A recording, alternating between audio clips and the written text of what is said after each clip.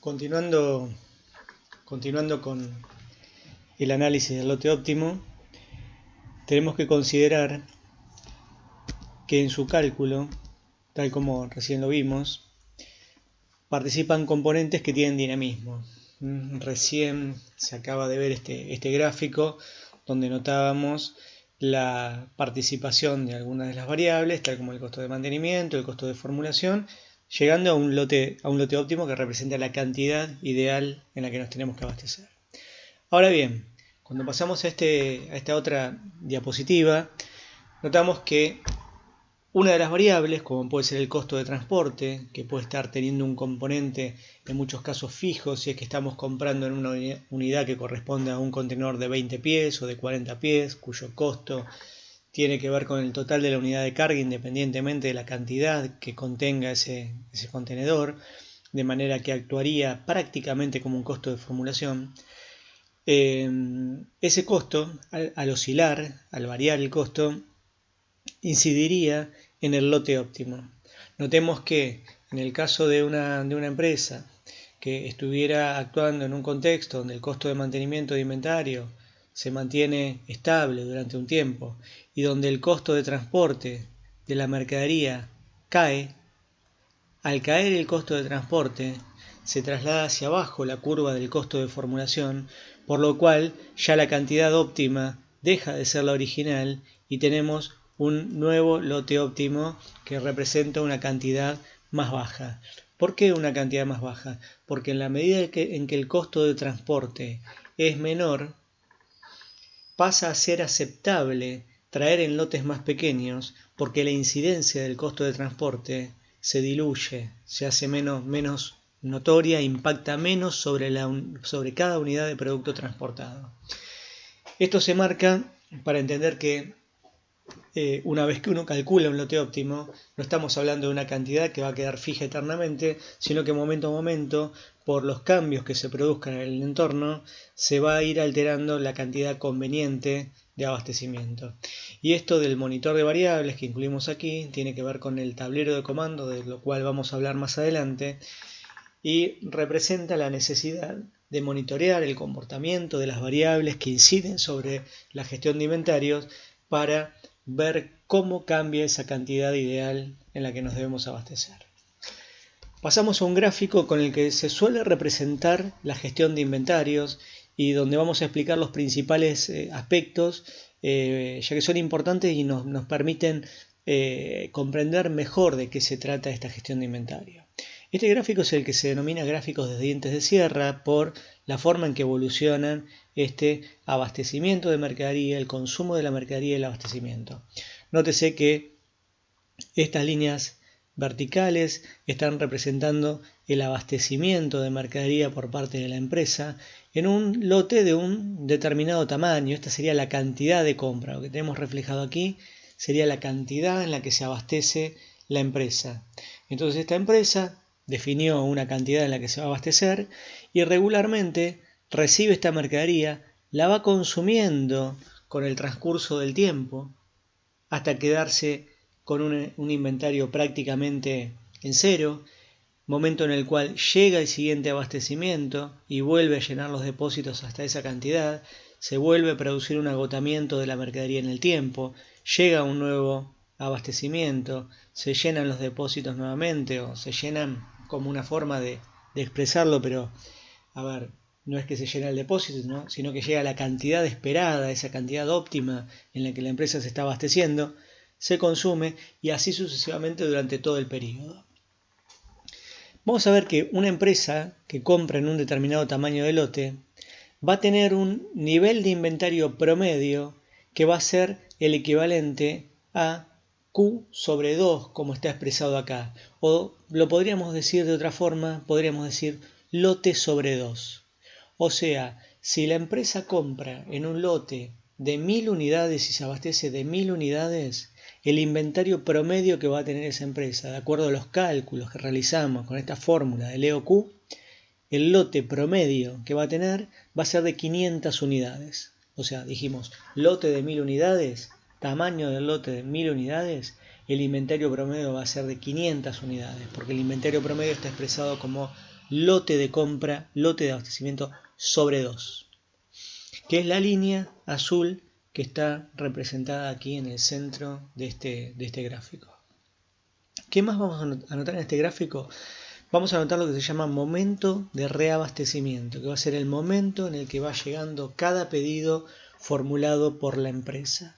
Y para que se produzca ese momento de reabastecimiento en el tiempo justo, la empresa deberá reconocer cuál es el lead time, que representa aquel tiempo que transcurre entre que coloca la orden de compra y la llegada del medio de transporte a su depósito. Ese periodo de tiempo es el periodo de anticipación con el cual debe solicitarse el abastecimiento para que no se produzca el quiebre de inventario. Si esta mercadería, en vez de llegar en este momento, en este primer periodo que lo marcamos, llegara posteriormente ese abastecimiento, lo que ocurriría es que se produciría un quiebre de inventario. Aquí debajo tendríamos un quiebre de inventario, o sea, se quedaría sin mercadería en depósito. Entonces, este lead time es importante reconocerlo. El momento de reabastecimiento se va a ir repitiendo a lo largo del periodo y el punto de pedido que observamos de este lado lo que representa es la cantidad de unidades en la cual se debe disparar o se debe formular un nuevo pedido. Y esto es coincidente con el lead time.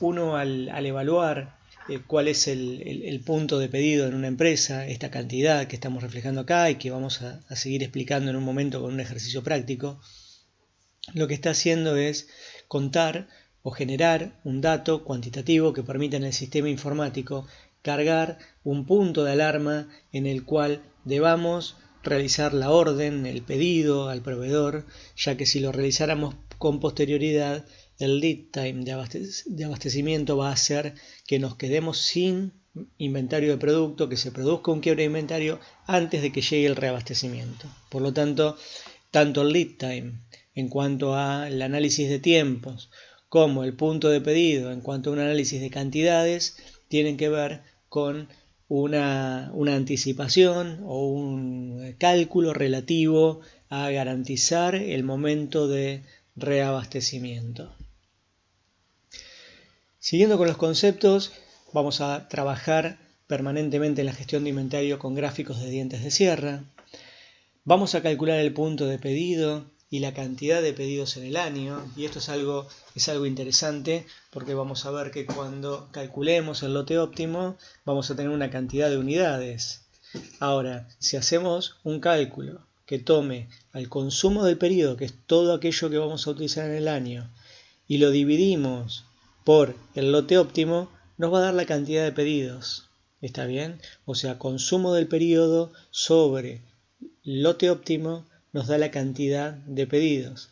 Vamos a un cálculo sencillo. Si yo tengo un consumo del periodo de 12.000 unidades en el año y el lote óptimo me diera como resultado 1.000 unidades, voy a hacer 12.000 sobre 1.000, de manera que eso me va a dar 12, que va a ser la cantidad de pedidos que voy a hacer. En este cálculo obvio y sencillo que estamos haciendo, yo voy a estar formulando un pedido por mes. Cada pedido es de 1.000 unidades, el total del año son 12.000 unidades. Esa cantidad de pedidos la voy a vincular con los tiempos, entonces lo voy a calcular en días y voy a hacer 360 dividido 12 para calcular cada cuántos días va a llegar el pedido, de manera que voy a entender ahí que cada 30 días aproximadamente voy a estar formulando pedidos. Y todo este conjunto de cálculos me va permitiendo ordenar lo que es la gestión de inventarios, cosa que vamos a ver con un ejercicio práctico posteriormente. Tenemos el momento de reabastecimiento, que recién fue reflejado, es el momento en el que llega el abastecimiento del proveedor. Y pasamos ahora sí al cálculo del costo total de inventario, ¿no? El cálculo del costo total de la gestión de inventario, como aquí aparece. ¿Cómo llegamos a este cálculo, a este total? Vamos a llegar con una fórmula que se compone de dos partes. La primera parte de la fórmula, que es la que estoy marcando, es la que tiene que ver con el costo de mantener inventario. Y vamos a ver que esta parte que tiene que ver con mantener inventario la calculamos en base a lo que es el costo de mantenimiento, tal como se cargó en la fórmula que vimos anteriormente, o sea que cuando calculábamos un porcentaje sobre el valor del producto, multiplicada por el lote sobre 2, más la parte que corresponde al costo de la formulación del pedido, que tiene que ver con multiplicar el consumo del periodo por el costo de formulación y dividirlo por el lote, por la cantidad de unidades. De esta forma tendríamos de este lado lo que sería el costo de mantenimiento de inventario y de este lado lo que sería el costo de la formulación de pedidos. Sumando el costo de mantener inventario durante el periodo, acá estamos considerando un periodo completo, un periodo que mencionábamos como anual normalmente, sumando estos dos componentes, llegamos al costo total de la gestión de inventario. Este resultado nos va a representar cuánto nos cuesta gestionar los inventarios anualmente bajo un modelo de optimización, bajo el modelo del lote óptimo o del EOQ, tal como lo estamos expresando. Vamos a notar que cualquier otra forma de cálculo de la gestión de inventario nos va a llevar a costos más altos que esa alternativa que estamos planteando bajo lo que es el lote óptimo o el EOQ. Pasamos a mencionar ahora los tipos de inventario, porque claramente cuando uno habla de la gestión de stocks o gestión de inventarios, está hablando de mercadería que está inmovilizada en un punto, pero si bien en todos los casos es así, es mercadería inmovilizada en un punto, las vamos a poder distinguir en función de los motivos por los cuales se genera ese inventario.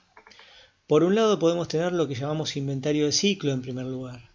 Este inventario de ciclo representa aquel inventario que la empresa va renovando permanentemente, que tiene que ver con su ciclo de consumo, con su ciclo de abastecimiento al mercado, está bien, con su ciclo de abastecimiento de materia prima para producir o de materiales para comercializar.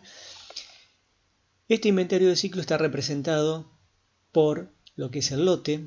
A mayor lote de compra, mayor inventario de ciclo, y esto es una característica clave del inventario de ciclo, y ese inventario de ciclo es el que representamos anteriormente con el gráfico de dientes de sierra, donde se veía que había una cantidad que tenía que ver con el lote de compra, un agotamiento a lo largo del tiempo, un momento de reabastecimiento donde volvía a llegar la misma cantidad de mercadería, se volvía a agotar en el tiempo y se iba renovando permanentemente. Ese es el inventario de ciclo, que es aquel con el que se atiende la demanda, se atiende la producción y es el que principalmente consideramos al calcular la gestión de inventario. Por otra parte tenemos lo que llamamos inventario de seguridad. Este inventario de seguridad tiene que ver con cubrirnos ante la probabilidad de que nos estemos quedando en algún momento sin mercadería, de que se produzca un quiebre de inventario. Y tiene que ver con cubrirnos de la incertidumbre. La empresa tiene mercadería bajo lo que se considera inventario de seguridad o stock de seguridad ante una situación de incertidumbre, donde hay falta de certeza sobre el comportamiento de una variable, como puede ser la variable demanda, como puede ser el nivel de producción. Al desconocer el nivel de producción, me voy a abastecer de un lote adicional de materia prima para absorber las variaciones que pueda haber en la producción. ¿Por qué? Porque tengo incertidumbre respecto de los volúmenes de producción. O si estoy atendiendo la demanda, importo mercadería para atender la demanda, no quiero caer en un quiebre de inventario, o porque me cuesta muy alto el quiebre de inventario, opto por tener un inventario de seguridad. ¿Por qué tengo ese inventario? De vuelta, porque tengo incertidumbre respecto de la evolución de la demanda y no quiero caer en un quiebre de inventario. El inventario de previsión, originalmente lo podríamos ver como asimilado al inventario de seguridad o equivalente al inventario de seguridad. ¿Cuál es la diferencia que marcamos en el inventario de previsión?